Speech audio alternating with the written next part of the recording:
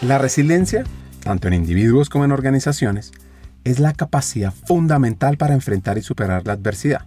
Es vital para los líderes fomentar un entorno que valore la flexibilidad, el optimismo y el aprendizaje. Según Martin Seligman, el optimismo aprendido es crítico, y este enfoque enseña a las personas a reinterpretar sus experiencias de manera positiva, fortaleciendo su capacidad para manejar el estrés y recuperarse mucho más rápido de los contratiempos. Ahora, ¿cómo desarrollan una cultura de resiliencia? Pues los líderes son críticos, deben crear entornos de apoyo donde los desafíos se vean como oportunidades de crecimiento, porque esto permite a las empresas superar obstáculos y fortalecer el propósito y el compromiso de sus miembros. Por ejemplo, ¿qué tal celebrar cada pequeño avance y promover el bienestar en todas sus formas, como algo esencial para construir una resiliencia auténtica y duradera?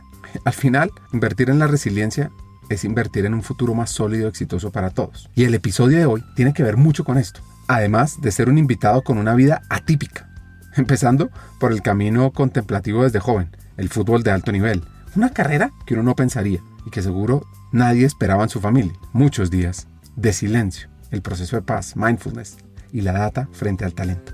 Mejor dicho, tiene de todo. Arranquemos. Hackers del Talento, el podcast que busca cambiar el juego por lo humano en Iberoamérica. Nuestra tercera temporada está enfocada en ti.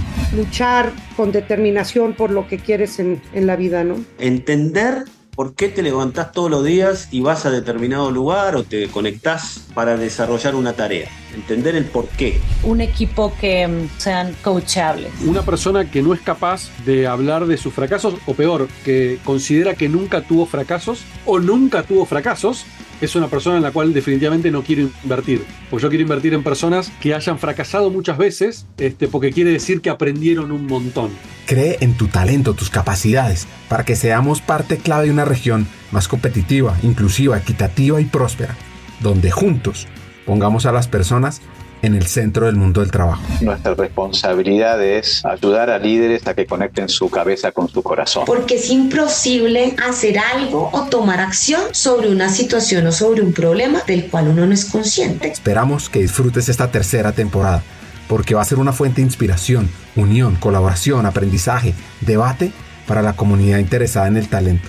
A través de historias, hacks, reflexiones. Yo me leo a mí mismo para que no se me olvide lo que yo es que enseñaba. Sea fiel a eso que usted escribió y que reflexionó. Así. A mí me han dado un par de consejos muy buenos, prácticos. Uno tiene que leer lo que escribe. Y hay otro que también es práctico, que no es tan filosófico, pero que también me ayudó mucho. Y es que a la gente hay que recibirla. Y conversaciones con CEOs, líderes de talento humano, escritores, actores de cambio.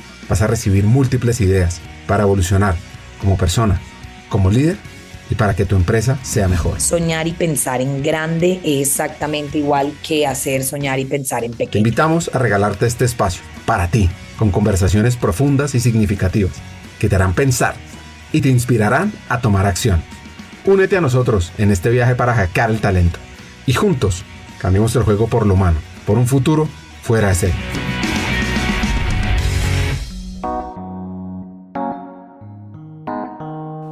Nuestro invitado de hoy se llama Roberto Cuellar. Es cofundador de Awaris, una empresa alemana que usa data para medir la resiliencia, el mindfulness y sobre todo tomar acciones.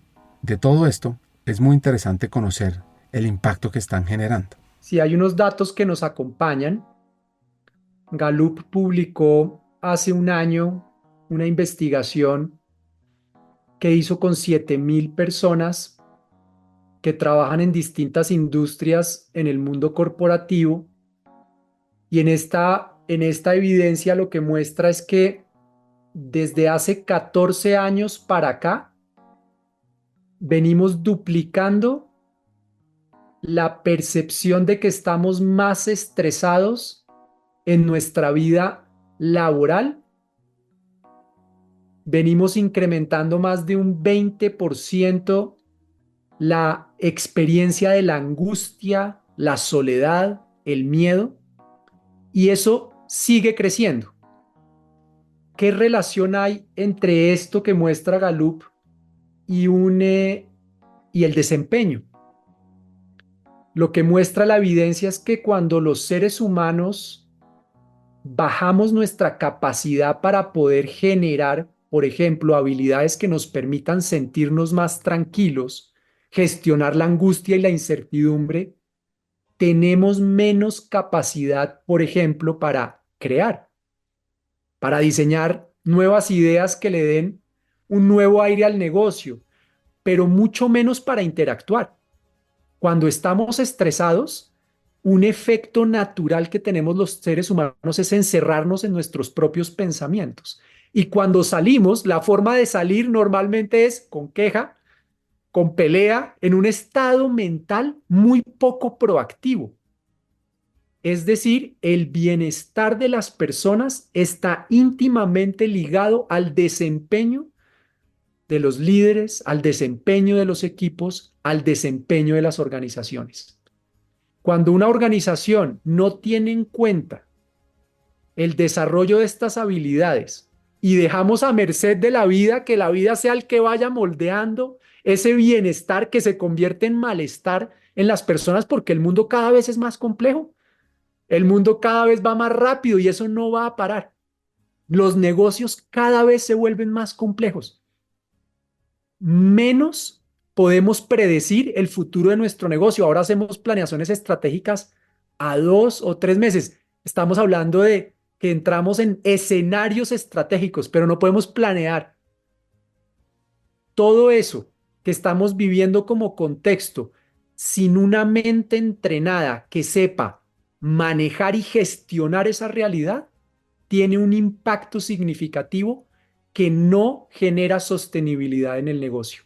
Los negocios en donde no trabajemos en el desarrollo personal de los líderes, de los equipos, de los entornos laborales, no van a ser sostenibles, porque el corazón de los negocios son las personas.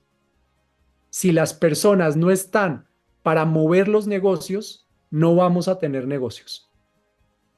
Y creo que ese es el cambio de paradigma más importante, especialmente en donde estamos ahorita en Latinoamérica. Entender que la sostenibilidad de un negocio no es el EBITDA exclusivamente, sino son todos los componentes que hacen que ese EBITDA crezca. Después de una formación en el ser humano, el EBITDA tiene que crecer, pero tiene que crecer al mismo ritmo que crecen las personas que hacen parte, y no solamente las personas, los entornos, nuestro planeta, y también los agentes externos que están involucrados en nuestro negocio, nuestros grupos de interés. Entender un negocio como un todo y dedicarle tiempo, recursos e inteligencia a cada una de esas partes que componen nuestro negocio, lo va a hacer sostenible. Y nosotros estamos ahí para acompañar ese proceso. Antes de conocer la historia de Robert, una reflexión sobre humanizar, que está muy conectada con la resiliencia. Hacer énfasis en este reto en Latinoamérica, en términos del ecosistema de talento en Latinoamérica. Yo creo que nosotros estamos unos pasos atrás de lo que viene haciendo Europa y cómo viene concibiendo Europa el trabajo y lo que representan las personas en el trabajo. Y aunque suena por un lado a cliché y también a paradoja, creo que es importante dejar en este podcast que el gran reto que tenemos quienes estamos inmersos en el talento es precisamente humanizar las organizaciones. La balanza ha estado cargada con todo el peso hacia los resultados, el hacer. Y ahora lo que trae esta nueva tendencia de humanización del trabajo, de poner al servicio las habilidades humanas en la estrategia del negocio, no tiene que ver con quitarle todo el peso a los resultados, al hacer, sino de equilibrarlo, de balancearlo. Y aquí es donde para mí es muy importante entender este concepto de un negocio integral que es sostenible. Un negocio integral es un negocio que le da un peso importante a sus resultados, porque para eso existe, pero dentro de los resultados también hay un peso importante al valor humano. Los seres humanos que hacen parte de ese negocio crecen con la misma potencia que crece el negocio. Es más, el entorno también crece de la misma manera. Todos los que hacen parte de ese sistema, de esa idea, de esa promesa, crecen y eso es lo que lo hace un negocio sostenible. Para mí por ahí pasa nuestro gran reto de cómo con data, porque ahora la tenemos, cómo con evidencia, porque ya hemos trabajado con muchas empresas de distintos sectores, le mostramos a este mundo corporativo que humanizar las empresas es generarle valor al negocio. Ahora vamos a profundizar sobre esto tan crítico, sobre ese cambio de paradigma, donde lo más importante es se puede entrenar. Eso es clave y esa palabra tiene que ver mucho con la vida de nuestro invitado de hoy, que arranca en este episodio con una mamá matemática pura y una pasión por el fútbol.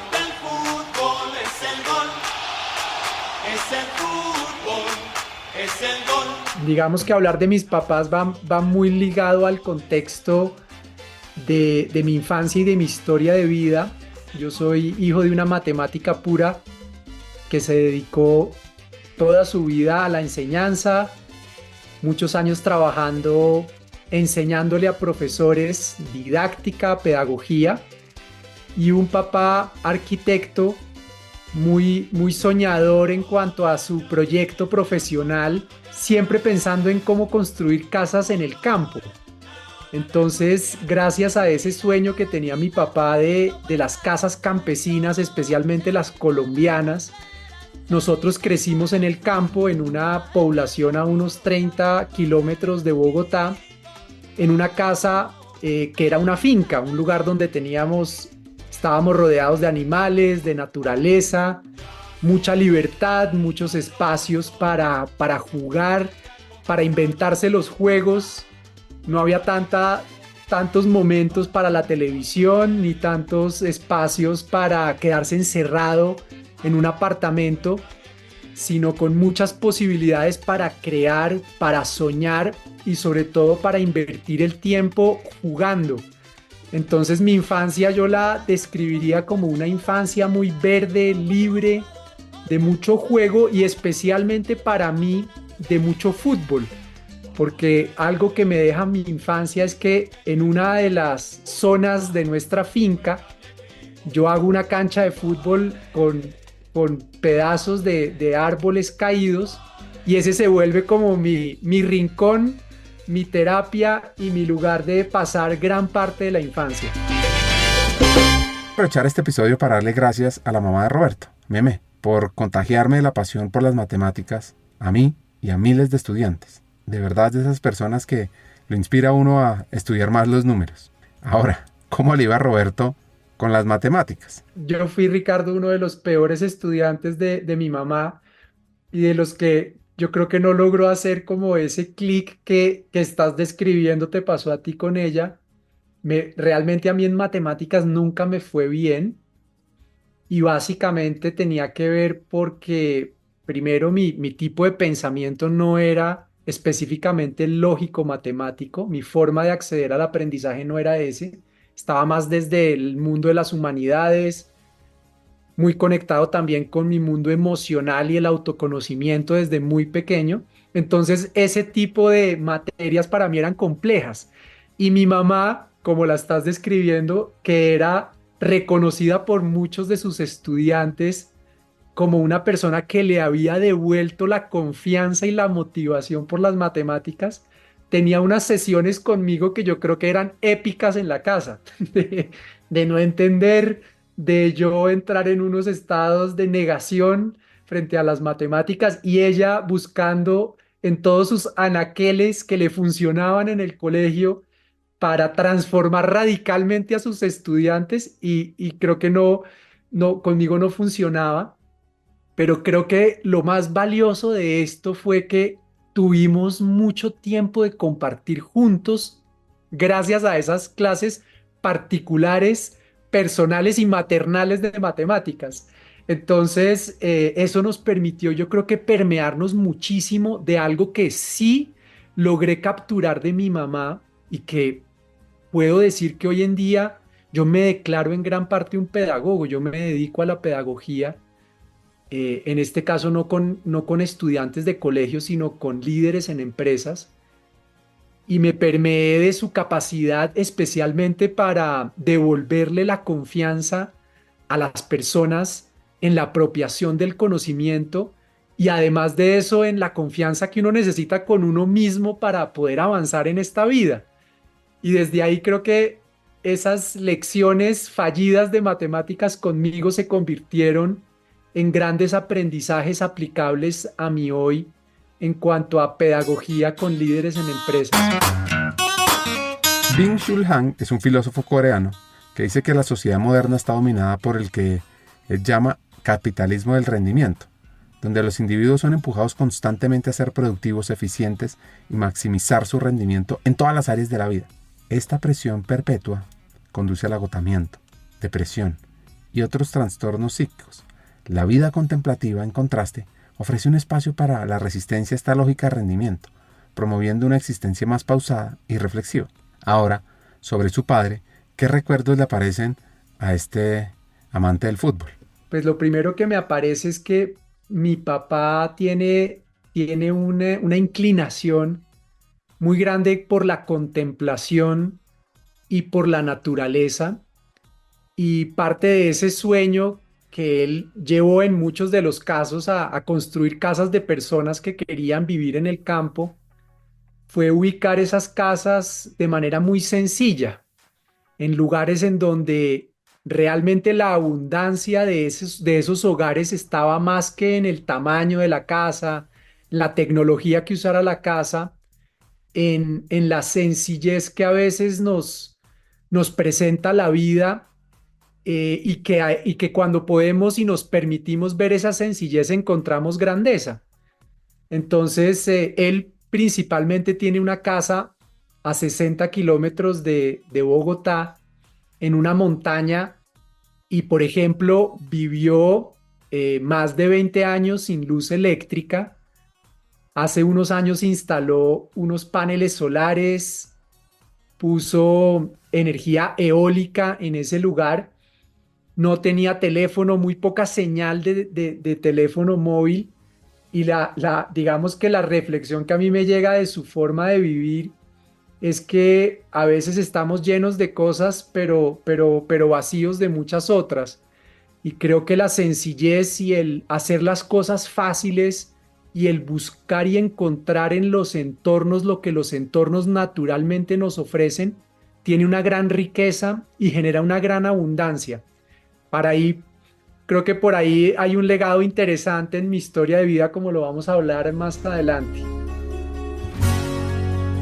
Con esa experiencia de su padre, entendió el valor de lo simple. Sí, ese es uno de los temas que yo he estado con mucha intención trabajando en mi vida, porque la mente tiende a llenarse de accesorios. La mente humana, mi mente, yo por lo menos lo he podido ver en mí mismo, y es que mi mente cuando no la estoy dirigiendo consciente y voluntariamente, se llena de mucha información, y esa información cuando no está siendo bien gestionada se vuelve infoxicación, lo intoxica a uno, y a veces uno está buscando muchas cosas que uno cree son las que le van a resolver esas inquietudes, estados de ánimo, sueños. Y lo simple es recordar que en lo que tenemos y en las circunstancias que estamos viviendo hay muchos elementos que nos pueden ayudar a resolver, a avanzar, a transformar con lo que ya hay. Y ese para mí es el poder de esto de lo simple. Debo confesarles que yo soy un apasionado por el fútbol, de verlo los fines de semana, entre semana, mejor dicho, todo el tiempo. Y encontré lo que significa el fútbol en forma de poema. Escuchemos esto. Saber lo que es el amor si nunca te hiciste hincha de un club. ¿Cómo vas a saber lo que es el dolor si jamás un zaguero te rompió la tibia y el peroné, ni estuviste en una barrera y la pelota te pegó justo ahí? ¿Cómo vas a saber lo que es el placer si nunca diste una vuelta olímpica de visitante? ¿Cómo vas a saber lo que es el cariño si nunca la acariciaste de chanfle entrándole con el revés del pie para dejarla jadeando bajo la red? Escuchame, ¿cómo vas a saber lo que es la solidaridad si jamás saliste a dar la cara por un compañero golpeado desde atrás? ¿Cómo vas a saber lo que es la poesía si jamás tiraste una gambeta? ¿Cómo vas a saber lo que es la humillación si jamás te metieron un caño? ¿Cómo vas a saber lo que es la amistad si nunca devolviste una pared? ¿Cómo vas a saber lo que es el pánico si nunca te sorprendieron mal parado en un contragolpe? ¿Cómo vas a saber lo que es morir un poco si jamás fuiste a buscar la pelota dentro del arco? Decime, viejo, ¿cómo vas a saber lo que es la soledad si jamás te paraste bajo los 3 palos a 12 pasos de uno que te quería fusilar y terminar con tus esperanzas? ¿Cómo vas a saber lo que es el barro si nunca te tiraste a los pies de nadie para mandar una pelota sobre un lateral?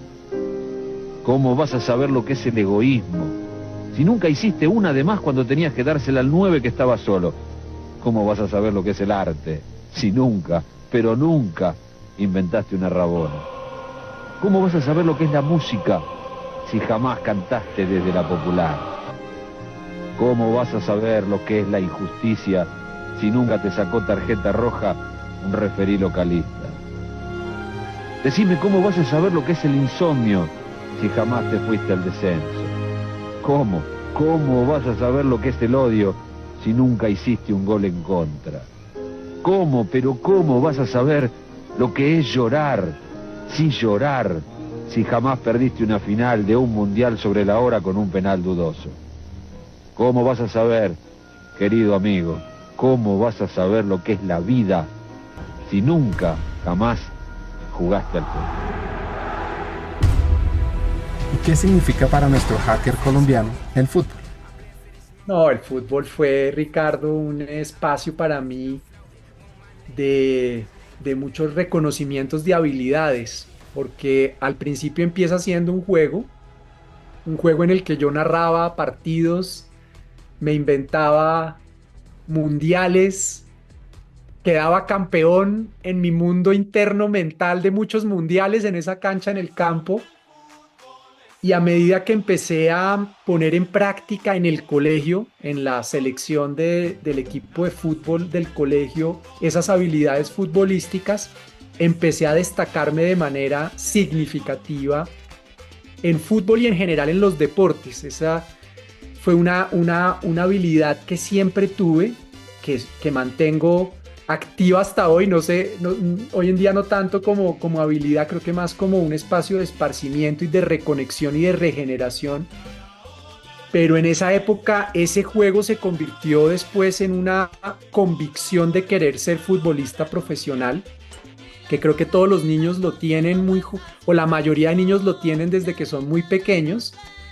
Y a mí se me fue convirtiendo cada vez en una convicción, en un deseo, en un sueño, después en un propósito, y terminé jugando fútbol a nivel profesional varios años, primero acá en Colombia en un equipo de la capital que es Independiente Santa Fe, y siempre tuve en la memoria esa cancha yo practicaba, me imaginaba escenarios, tiros libres, goles, y muchas de esas circunstancias se repitieron ya no en la mente, sino en la vida, en una vida muy compleja que es la del fútbol profesional, muy retadora, y que creo que siempre guardé el cariño, y por ahí tengo una foto de esa cancha que se la regalé a mi hija y le conté la historia.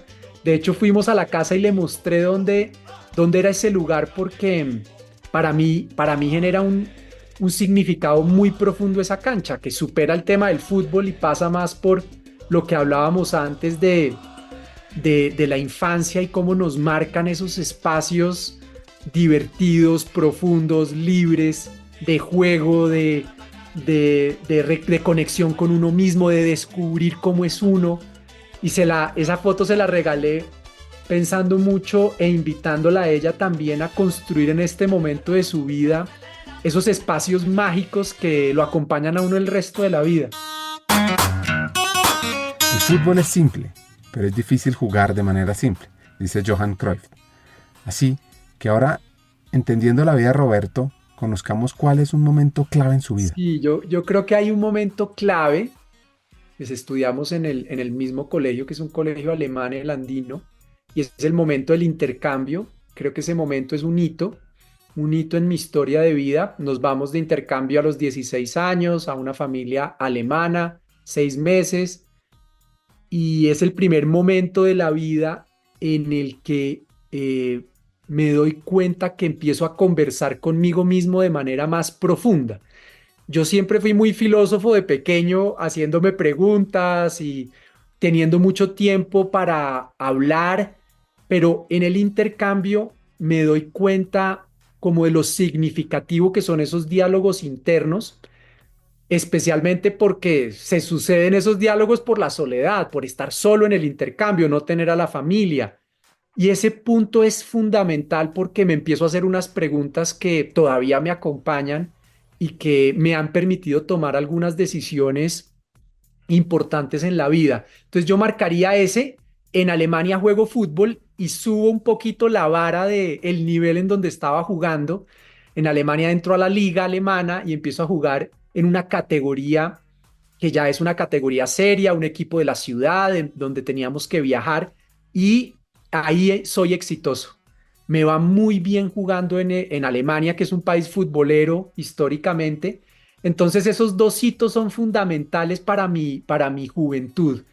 Esos diálogos, la filosofía, preguntarme cosas que tengan que ver con sentido de vida, que tengan que ver con, bueno, ¿y cómo puedo yo generar valor en el mundo? Esas son las preguntas que me empiezo a hacer. Y por otro lado, el fútbol, esa pasión, empieza a convertirse en convicción porque me doy cuenta que en este entorno soy exitoso y que me va bien. Cuando regreso a Colombia, empiezo a tener dos frases. Por un lado, la primera es quiero cambiar el mundo. Me sentía como con una fortaleza para qué pasa si hacemos algo distinto a lo que todo el mundo hace cuando me gradúe del colegio y me dedique a trabajar por los demás. Esa era una frase. Y por el otro lado, ¿y qué tal si le doy rienda suelta a este sueño que ya se parece más a realidad, que es jugar fútbol de manera más seria? Y empiezo a meter goles en estadios que no sean los de la cancha de fútbol del campo, sino donde a los que van 45.000 y 50.000 espectadores. Entonces esos dos hitos marcan un resto las decisiones que vienen cuando me gradúo del colegio. Adivinen qué estudió. Traten, porque estoy seguro que no van a saber. Yo me gradúo del colegio y empiezo a estudiar trabajo social, una carrera 800 mujeres y 2 hombres. Esa era la carrera que respondía a la pregunta de quiero cambiar el mundo. Creo que en vez de cambiar, mi palabra era salvar. Eso era como lo que yo tenía en la cabeza. Me acuerdo que un tío mío en el grado me regaló una imagen de la Virgen, como diciéndome que la Virgen te acompañe en este camino. Sí, era bastante misionero el camino. Yo me lo vivía desde un lugar bien, bien romántico y creo que menos como que una profesión, como una misión de vida. Y arranco a estudiar trabajo social, pero paralelo a esto empiezo a jugar en las divisiones inferiores, en la tercera división de Independiente Santa Fe, este equipo profesional en Bogotá. Las dos cosas me empiezan a gustar mucho, pero en el fútbol empiezo a crecer muy rápido. Yo llegué tarde a las divisiones inferiores del equipo, pero crecí muy rápido. 8 meses estaba jugando en el segundo equipo, en el que está debajo del profesional, ya empezando a entrenar con los profesionales y teniendo la misma agenda que tienen los profesionales, que es doble entrenamiento diario la mayoría de los días. El fin de semana partido, con concentración los fines de semana, y eso no empieza a conciliar con la universidad. En el fútbol lo que me decían los técnicos era, mijo, escoja, ¿qué va a hacer? No era como, oiga, qué importante que estudie, qué bueno que usted está en una universidad, que además éramos el 1% de los que estábamos en el equipo quienes estudiábamos, porque la mayoría de las personas que jugaban fútbol en esa época no tenían acceso al mundo académico, y yo empiezo a tener que elegir qué hacer, y en ese momento el pulso me fue más por el fútbol. Yo dije, pues esta es una oportunidad única, este es un sueño que he venido pateando desde mi cancha de palos en el campo, me la voy a jugar por Independiente Santa Fe, y empiezo y me retiro de la universidad.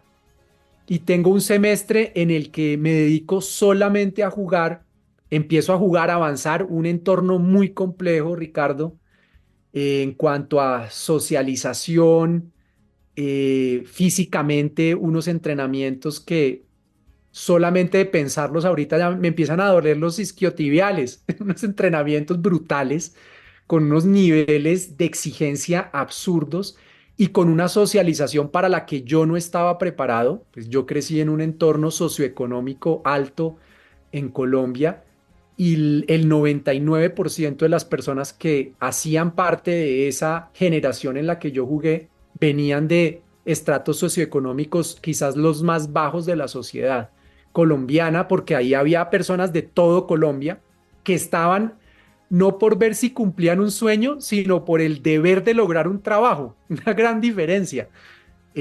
Tenían que meter goles para comer, para conseguir el pan, y esa socialización, si bien se empezó a gestar desde un lugar muy especial, porque yo siempre fui capitán de cada uno de los equipos en donde estuve en Santa Fe, y me gané con un respeto futbolístico su cercanía y confianza.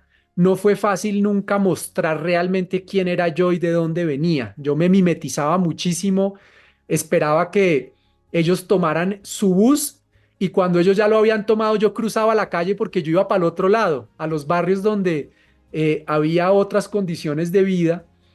Y bueno, para mí fue una experiencia profunda de aprendizaje. Mucho creo que es una de las experiencias que más me ha enseñado, no necesariamente desde un lugar de alegría, satisfacción, muchas dificultades, cada entrenador más complejo que el anterior y un trato al ser humano bien, bien difícil, muy parecido quizás a lo que sucede en el mundo militar, con el agravante de que aquí estamos buscando es una profesión, ¿no? Buscar posicionarnos en un lugar al que los que llegan a ser profesionales, de 100 que estamos entrenando, 2 o 3 son profesionales al final. ¿Alguna vez has sentido que puedes ser parte de algo más grande? En Hackers del Talento exploramos ideas y sobre todo trabajamos incansablemente por crear un camino hacia un mundo laboral más humano y próspero. Y lo sabes, tú eres parte crítica en esta misión. Imagina el efecto mariposa de compartir este episodio. Al pasar la voz a alguien que conoces, puede ser el catalizador de un cambio profundo en la vida de alguien más. Piensa en esa persona, alguien que como tú está listo para crecer y evolucionar. Compartir este episodio con ella no es solo un acto de generosidad, es un paso hacia la construcción de una comunidad más fuerte y unida. Únete a nosotros y sé parte de la vanguardia del cambio en el mundo laboral. Te puedes suscribir en LinkedIn buscando Hackers del Talento para descubrir diariamente aprendizajes del mundo del trabajo. Además, si ingresas a nuestra página web hackersdeltalento.com, te esperará nuestro newsletter Cartas al Talento, lleno de hacks y reflexiones semanales. Y recuerda, cada pequeña acción cuenta. Al unirte a nosotros, más que escuchar un podcast, estás activando un movimiento. Estás formando parte de una transformación global. Estamos aquí, listos para avanzar. Te quiero hacer una pregunta.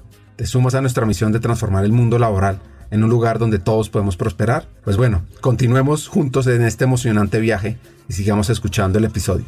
Recuerda, tu presencia es el cambio. El tema del talento lo es todo en el deporte, dirían algunos, pero no. Hay otras variables para salir adelante. Y si quieren saberlo, les recomiendo el libro de Adam Grant que se llama Hidden Potential. Yo conocí jugadores que hoy en día, pues yo digo, puedo decir que eran mucho mejores que muchos que podemos ver hoy en la televisión, pero pasaba por muchas variables. Primero, unas condiciones muy complejas en cuanto a los entrenamientos, una muy poca planeación de proyección de esos jugadores y unas condiciones económicas de muchos jugadores para lograr eso muy, muy difíciles, porque al final es una carrera contra el tiempo, porque muchos, por mi lado, yo estaba dejando de estudiar, es decir, no estaba asistiendo a una universidad. Ahora les cuento que después de estar 6 meses jugando 100%, yo tomé la decisión de inscribirme en una universidad abierta y a distancia. Es un sistema educativo, lo que hoy en día se llamaría un sistema virtual, pero en esa época no había internet. Es un sistema autónomo de aprendizaje creado en Colombia para las regiones más remotas donde no hay acceso a universidades cerca. Y yo me inscribí en una universidad para estudiar filosofía e historia. Y estudié en ese sistema toda mi carrera profesional. Yo nunca fui presencialmente a una universidad, sino yo estudié de manera autónoma con la guía de unos mentores de la universidad, pero estudiando básicamente solo porque el tiempo que no podía estudiar lo dedicaba, en mi caso, a jugar fútbol.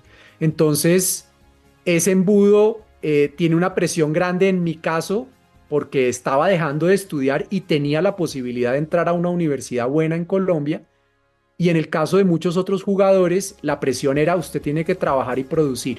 Y si el fútbol en un año no le está dando, pues arranque a trabajar. Entonces eso hace que mucha gente se retire, se desmotive y pierda la esperanza en esa profesión. Antes de seguir con el episodio, solo contarles que la sexta corte de la Academia Hackers del Talento Latam, para formar a los futuros vicepresidentes de Talento Humano América Latina, tiene las aplicaciones abiertas. Entren a hackersdeltalento.com y empiecen su ruta de aprendizaje para llegar a esas posiciones de impacto. Ahora, siguiendo con Roberto, la carrera de filosofía e historia la empezaron 120 personas. Ahora traten de adivinar cuántos terminaron. Incluido Roberto, 3. Solo 3. En esa universidad, él aprendió habilidades como autoaprendizaje, autonomía, persistencia y dedicación. Y bueno, luego le dan una beca para ir a Estados Unidos a jugar fútbol. Y lastimosamente la pierde porque el que le otorga la beca es el entrenador y este se va. Así que él tiene que regresar y parar el sueño del fútbol. Y de ahí comienza uno a entender su resiliencia y cómo vivió eso. Durísimo, durísimo. Yo creo que entré en una depresión gigantesca. No dormir, sentirme muy fracasado. Sentía fracaso todo el tiempo, porque además yo ya había verificado mis cualidades como futbolista. No era que yo fui a jugar 3 meses y no me funcionó. No, yo había sido capitán de las inferiores de un equipo profesional de la capital en Colombia. Me había ganado una beca en una universidad top 10 de los Estados Unidos, que para que las personas que nos escuchan en Hackers tengan como referencia, en esa época la MLS estaba surgiendo, que es la liga profesional norteamericana, pero realmente la liga que marcaba la pauta en Estados Unidos era la NCAA en soccer. Y en la División 1 en soccer era 100 equipos de una competencia gigantesca, en donde la mayoría de los equipos lo que traían era talento internacional, europeo, africano, suramericano. Entonces ese fracaso de darme cuenta que esto no tenía que ver con cualidades mías, no tenía que ver con dedicación y compromiso, sino tenía que ver como con algo que no dependía de mí, que yo no podía controlar, que me estaba diciendo el fútbol no. Y eso pues me generó una frustración que me tomó muchos años aceptar, comprender. Evidentemente hoy en día lo cuento y puedo ver los aprendizajes, pero en ese momento estaba muy ciego, muy frustrado, y afortunadamente tenía este otro pilar de mi vida, que era estudiar filosofía e historia, y la filosofía e historia es la que me empieza a dar comprensión de por qué o para qué me estaba pasando esto otro con el fútbol. Ahora vamos a hablar más sobre resiliencia en las empresas, pero él en ese momento, ¿cómo lo maneja? Yo empiezo a estudiar muchísimo filosofía para el autoconocimiento. Me empiezo a desmarcar de la filosofía occidental típica que ofrecen las universidades tradicionales en el mundo académico nuestro, y empiezo a estudiar filósofos orientales. Empiezo a tratar de entender más por qué sufrimos los seres humanos. Lo que me estaba pasando a mí lo empiezo a intentar comprender desde la filosofía, y eso me empieza a acercar al mundo oriental, y empiezo a tomar cursos de meditación, empiezo a acercarme a este mundo de ver la realidad más que como con una comprensión de conceptos, como una experiencia más directa frente a la vida, y eso me empieza a hacer una cantidad de sentido, tanto que yo me gradúo de la universidad, empiezo a trabajar, yo empiezo a trabajar como profesor en un colegio, lo empiezo a hacer como parte de mis prácticas universitarias. Después me involucro con una consultora de talento humano que se especializaba en desarrollo de competencias blandas en Latinoamérica. Esa semilla de la filosofía oriental, varios años después, empieza a surgir y termino viviendo en la India, haciendo un retiro de silencio en el norte de la India, un retiro de silencio y meditación de 6 meses, gracias a esa semilla que empecé a gestar en ese momento de la universidad a distancia. 6 meses de silencio. De verdad, increíble. ¿Por qué llegó a buscar eso?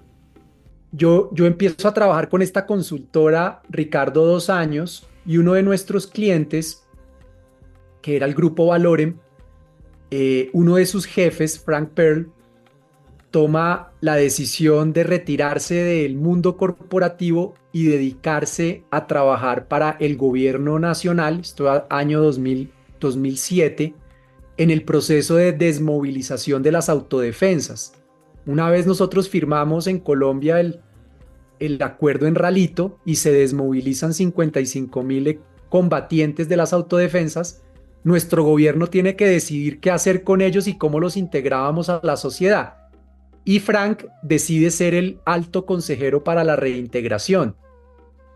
Y él era nuestro cliente, y en esas conversaciones que tuvimos, yo le dije, oiga, ¿yo puedo trabajar con usted?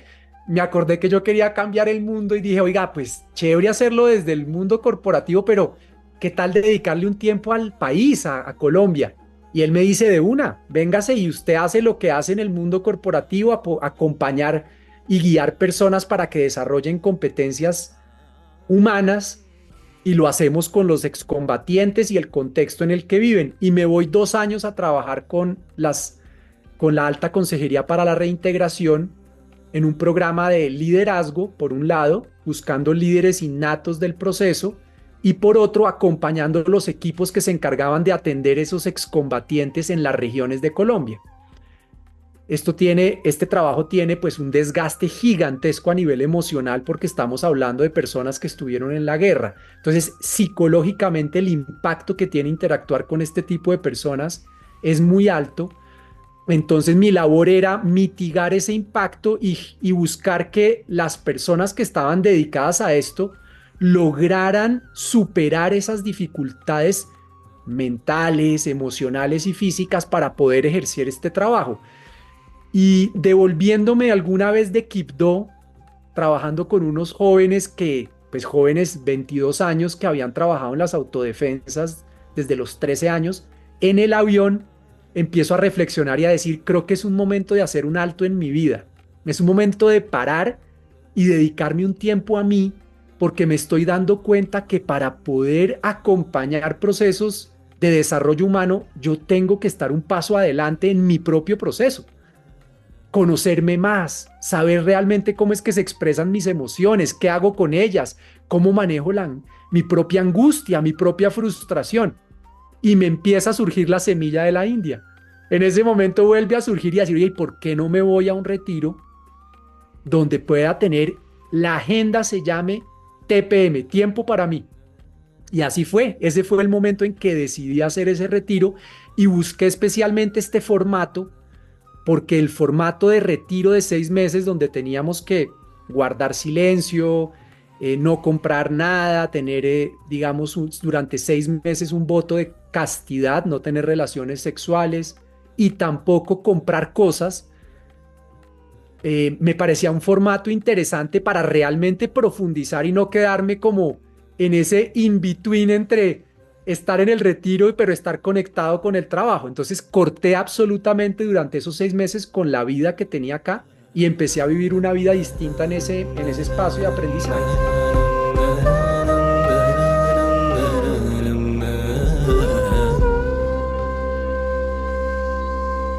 ¿Y a qué conclusiones llegó? Gran parte del desarrollo y la evolución y el crecimiento en la vida está en la autogestión. Gran parte, no todo, pero gran parte está en la autogestión, es decir, en la manera en que uno gestione su propia vida, asimismo va a lograr resultados, asimismo uno llega a los lugares que uno se propone. Ese fue un aprendizaje fundamental y viene con varias ramas. La primera, nuevamente el poder de lo simple aparece. Un lugar donde teníamos una cama, una tabla para la ropa, pero al final nos teníamos que poner un uniforme todos los días.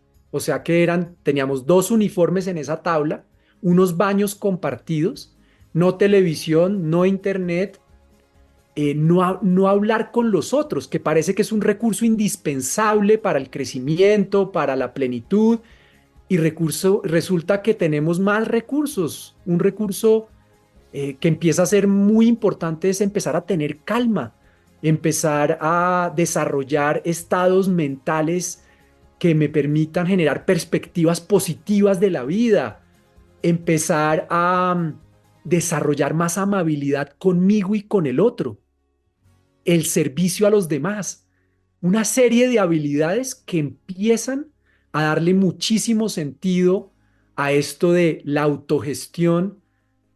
Tiene muchísimo que ver en el crecimiento, en el desarrollo de uno como persona. Y evidentemente la valoración también apareció, pues me hacían mucha falta muchísimas cosas de la vida, cosas placenteras básicas, deliciosas, como comerse algo que a uno le gusta, ver una película, compartir con alguien, tener y expresar el afecto. Por supuesto que todo eso también aparecía y asimismo también surgía la valoración de la vida presentada sin todo eso y pudiéndola apreciar también en esa sencillez. No. Yo, total admiración. ¿Cómo es eso? ¿Cómo lo vive uno? Mentalmente era muy impactante pensar en las rutinas y sobre todo en el acelere, porque evidentemente en ese entorno estábamos en un entorno en el que dedicábamos el 100% de nuestra atención a lo que estábamos haciendo.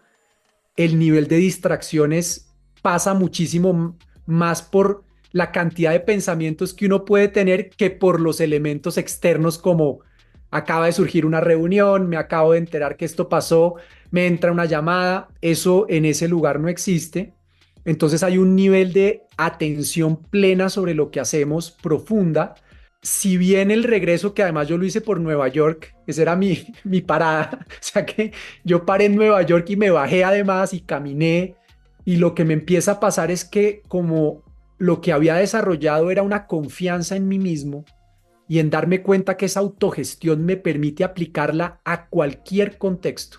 Y esto también es un gran aprendizaje de esa experiencia, y es que más que lo que nos pasa afuera, las condiciones de las circunstancias, la evolución y el aprendizaje se da más adentro, en la forma en que uno piensa, la manera en que uno decide frente a eso que a uno le pasa. Entonces, esa convicción de tener esa confianza dentro de mí me permitió poder regresar a esta vida y decir, este es el mejor lugar aquí en Colombia, en esta circunstancia particular que vivimos, donde puedo poner en práctica esto que aprendí. Y desde ese lugar pues no hay un rechazo, ni una invalidación, ni ningún juicio frente a, esta no es la vida que deberíamos vivir, sino cómo puedo vivirla desde adentro para poder manifestarme desde afuera en este contexto, desde un lugar en donde yo pueda generar valor. Evidentemente renunciando a ciertas cosas que no quiero hacer o no hacen parte de mis valores y tratando de acercarme a lo que sí vale para mí. Entonces regresé con un nivel de confianza y una alegría de poder implementar lo que había aprendido acá, gigantesco. De hecho, yo empiezo a trabajar inmediatamente, nuevamente con empresas, con muchas ganas de implementar lo que aprendí en India en las empresas. Era el año 2009 y él comenzó a buscar trabajar con empresas para hacer temas de meditación. Lo que pasa es que cuando uno es avanzado para la época puede incurrir en el riesgo que las empresas o personas no lo entiendan, no estén preparadas para la solución. Entonces, buscando encontrar la manera, se van a España a certificarse en temas de mindfulness y ya con eso regresa a montar su nueva compañía y a impactar desde ese campo. Y sobre todo, a compartir con nosotros en este momento varios aprendizajes de esa época. Y el primero creo que estuvo relacionado con esa primera etapa post-India y llegando a querer implementar programas de meditación en el mundo empresarial, y es importante entender los contextos y sobre todo no invalidarlos, no juzgar. Y creo que ese ha sido un éxito de este proceso y es que cuando yo me di cuenta que tenía que hablar también un lenguaje que es en el que nos movemos en el mundo occidental, y parte de ese lenguaje es la ciencia. Y mindfulness tiene un camino de 20 años de exploración científica gigantesco. Produce al año entre 3.700 y 4.000 papers publicados en revistas científicas. Dejar eso a un lado era perder una oportunidad, porque es un lenguaje que para nosotros es válido, y es cuál es el impacto que tiene esta práctica en la vida de una persona que no está en un retiro de silencio, que sí tiene su teléfono activo, que no duerme como dormimos en un retiro como este, que no está tampoco con el propósito de ser un monje ni de meditar para iluminarse, sino es un padre de familia, una mamá líder de una organización que tiene otros sueños. ¿Cómo logramos dentro de ese contexto traer estas prácticas y esta forma de vivir que sí puede ser valiosa? Entonces, uno, entender el contexto, y el segundo, potente frente a lo que me preguntas, es sí es importante y se necesita, que ese era uno de mis prejuicios. De hecho, muchas personas me decían, oiga, pero que mindfulness en las empresas están para producir dinero, para lograr sus propósitos y objetivos muchísimo más allá que algo tan noble como que la gente se sienta bien, que las personas puedan generar mejores relaciones interpersonales, que podamos tener un balance entre nuestra vida personal y trabajo. Y darme cuenta que cuando empecé a implementar estos programas y la acogida que estos tuvieron, mi primer año yo certifiqué 700 personas, que para mí era un hito. Nunca me había imaginado ni lo había proyectado en los mejores escenarios en mi protocolo de mindfulness. Y eso me empezó a decir, se necesita esto y sí se puede hacer. Sí se puede porque es necesario, porque las empresas lo están pidiendo. Hay que buscar la forma de empezar a traducirlo a un lenguaje, de llevarlo desde un lugar que corresponda a este espacio-tiempo corporativo, y desde ahí todo va a empezar a fluir. ¿Y fluyó? ¿Cómo va eso? Hoy esto ha crecido de manera significativa. Yo hoy en día tengo un socio que es Felipe Chajín, y con él hemos hecho una dupla muy interesante, porque nosotros nos aliamos con una empresa alemana que se llama Awaris. Es una empresa que está en el mercado desde hace varios años, desde el 2009, y que hace a gran escala lo que yo venía haciendo desde hace 5 años con mindfulness en Colombia y en Latinoamérica. Esta empresa pues ofrece servicios que tienen que ver, como ellos lo llaman, con el florecimiento humano para lograr que las empresas prosperen, cómo despertar esa versión de los seres humanos que nos permita lograr liderazgos más conscientes, generar más autogestión, promover inteligencia colectiva y acciones que nos permitan reconocer que somos parte de un sistema y que afectamos un sistema. Y una parte muy importante que es ayudarle a las personas a desarrollar habilidades para la resiliencia, para aprender a movernos a lo largo de las situaciones que son difíciles en nuestra vida y poder sobreponernos de manera satisfactoria. Entonces nosotros hoy en día con Felipe representamos a Awaris en Latinoamérica, desde Estados Unidos hasta Bolivia, y tenemos el reto de traer estas formaciones al mundo corporativo acá en Latinoamérica. Como arrancamos el episodio hablando de data y resiliencia, Me parece fascinante conectar los números con lo humano. ¿Cómo se trabaja eso? Yo pienso que lo primero, por lo que me he dado cuenta que personas que no han tenido nunca contacto con esto, la lectura es un buen inicio. No nos lleva al resultado, pero es un buen inicio para responder tu pregunta. Es un buen inicio porque nos va a mostrar la importancia de esto en nuestra vida.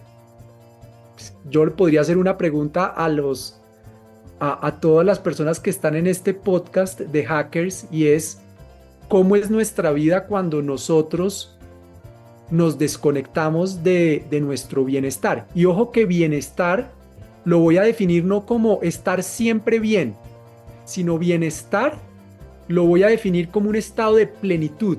Es decir, aprender a moverme por las distintas etapas por las que pasamos los seres humanos durante el día, durante el mes, durante el año. Esas etapas son agradables y desagradables. Es un estado en el que me puedo mover conscientemente para tomar las mejores decisiones, incluso cuando las cosas no van como mi mente se las está imaginando, o las quiere o las desea. La mejor forma de empezar ese camino es empezar a entender, leer textos de la importancia que esto tiene en el impacto en nuestra vida. Normalmente ese impacto se ve muy reflejado en nuestro mundo personal. Uno, ¿cómo estoy durmiendo? Cuando me levanto por la mañana descansé. Cuando me levanto por la mañana tengo ganas, energía. Cuando me levanto por la mañana mi mente está clara y lista para emprender el día. Ese es un indicador.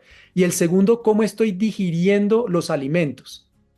Como algo y me inflamo muy rápido, me sientan mal muchos alimentos.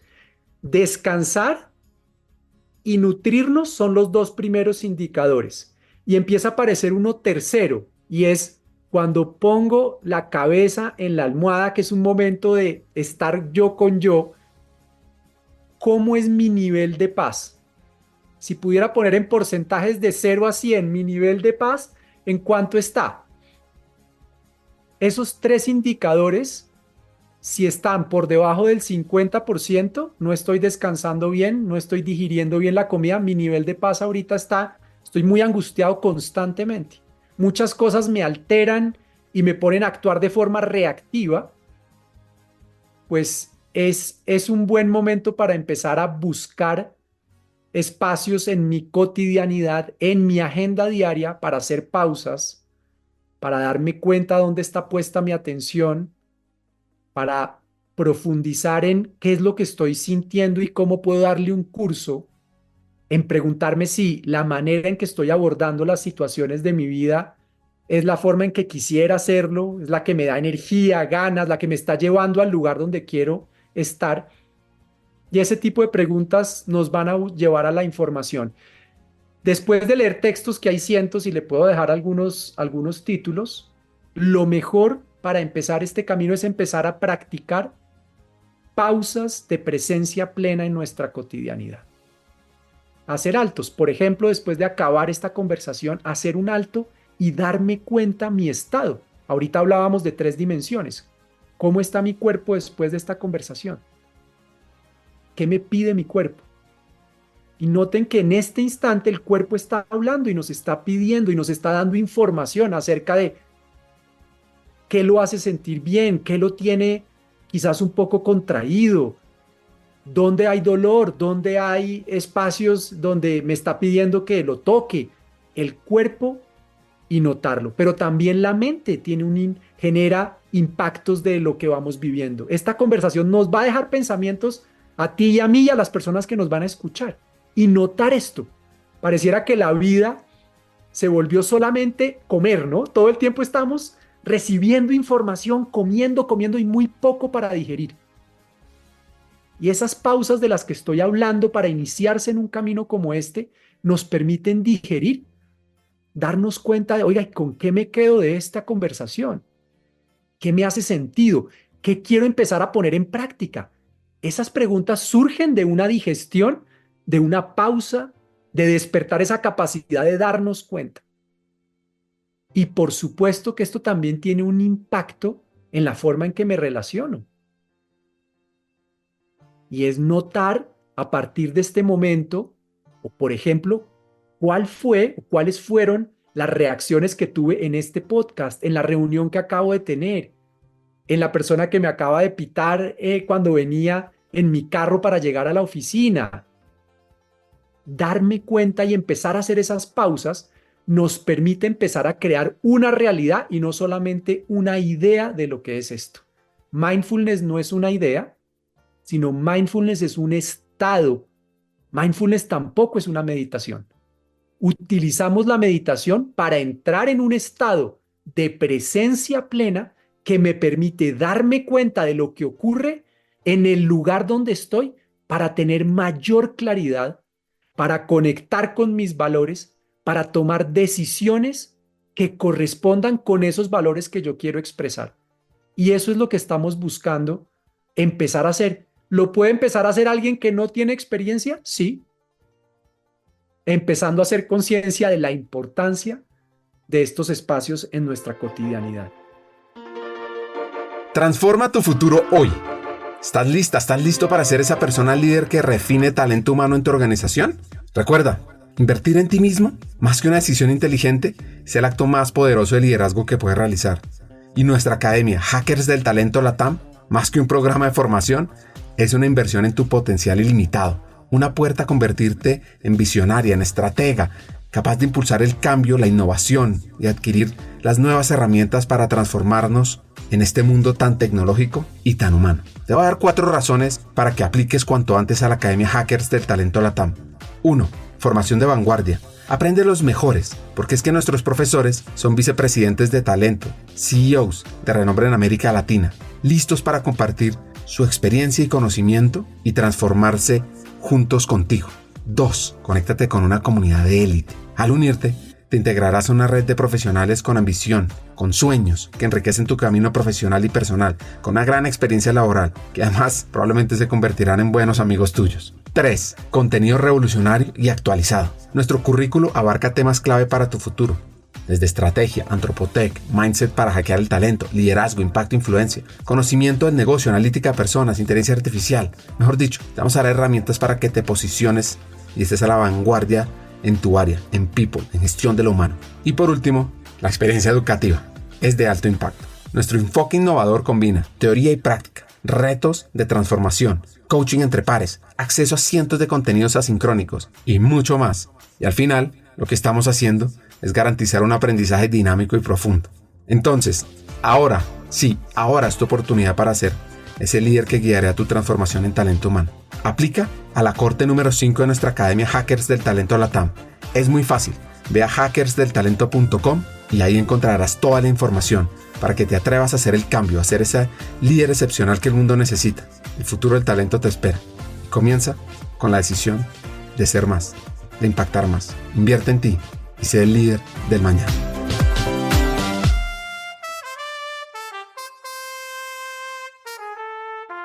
Hagamos una pausa, solo 5 segundos, y veamos qué pasa.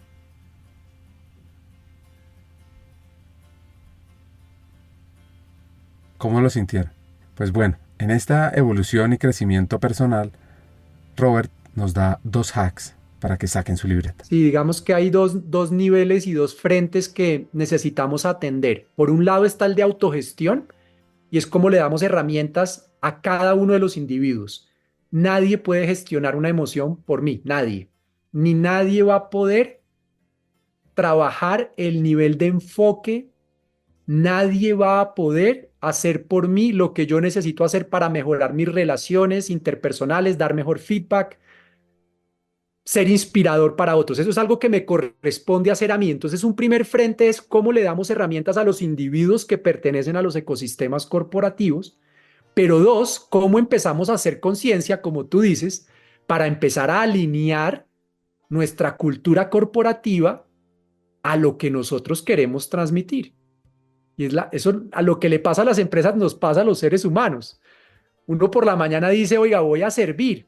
Y probablemente durante el día tenga algunas prácticas que no van en conciliación con el servicio.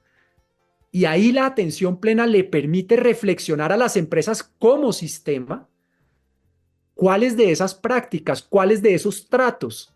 Muchas veces, a veces también tiene que ver con la estructura que se tiene, con la forma en que estamos trabajando los equipos híbridos. Tenemos equipos híbridos, eso genera una cantidad de bienestar para muchas personas, pero no siempre bienestar para esos equipos. ¿Cómo alineamos como sistema una serie de prácticas que nos lleven a una cultura más consciente que responda a los valores que nosotros queremos transmitir? Y ese es el segundo frente. Somos individuos inmersos en sistemas. Cuando los individuos tienen las herramientas, desarrollan las habilidades, pero los sistemas también cuidan lo que para ellos es importante, pues logramos una transformación extraordinaria. Y ahí el papel que van a jugar los líderes, CEOs, vicepresidentes es fundamental, porque ahí van a tener que hacer ciertas renuncias a ciertos comportamientos que no coinciden con muchos de los valores que se quieren transmitir. Y cuando la gente recibe eso, siente mucha incoherencia. Siente incoherencia y siente rabia. Y dice, no, pero ¿cómo así? Nos dicen que tengamos salud mental, pero tenemos 10 reuniones en el día. Bueno, ¿cómo empezamos a crear una cultura en la que las reuniones y la forma en que las diseñamos y ejecutamos se parece a un valor que para nosotros es clave, y es cuidar la salud mental? Para cerrar el episodio, un par de consejos. Bueno, el que mejor me han dado, pero no ha sido la mejor forma en que me lo han dado, me lo dio un técnico en Santa Fe. No voy a olvidar nunca cuando en algún momento yo me empecé a quejar de todas las dificultades que había. No nos tenían en cuenta, entrenábamos todos los días, habíamos dedicado todos nuestros esfuerzos a estar en ese equipo. Y un día por primera vez le conté esto y le dije, oiga, pero es que nadie nos tiene en cuenta, nosotros estamos entregando nuestra vida, dejando de estudiar por estar aquí. Y él me respondió esta frase, me dijo, así es esto, hermano. Además, en fútbol se utiliza bastante ese hermano.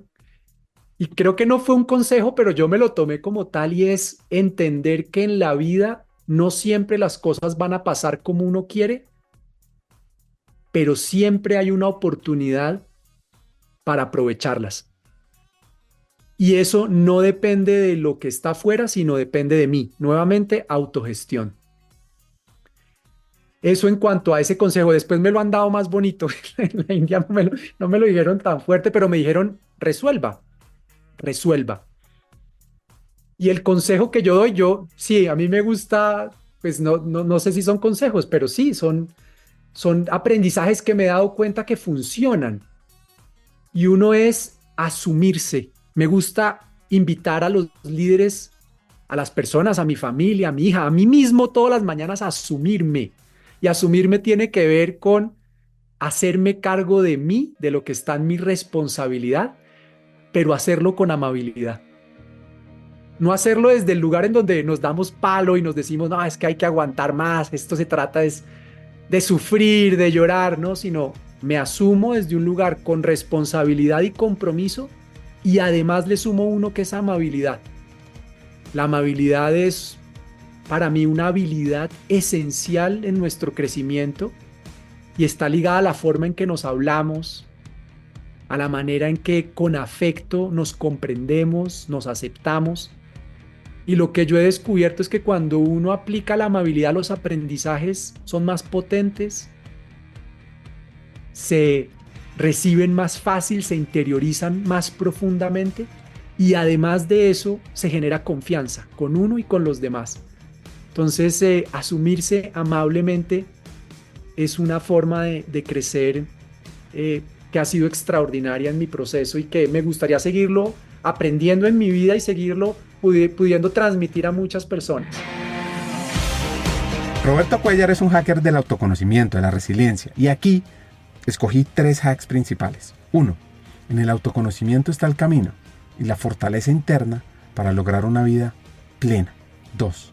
Las organizaciones deben entender, medir y mejorar su resiliencia para mantenerse competitiva y generar bienestar en sus empleados.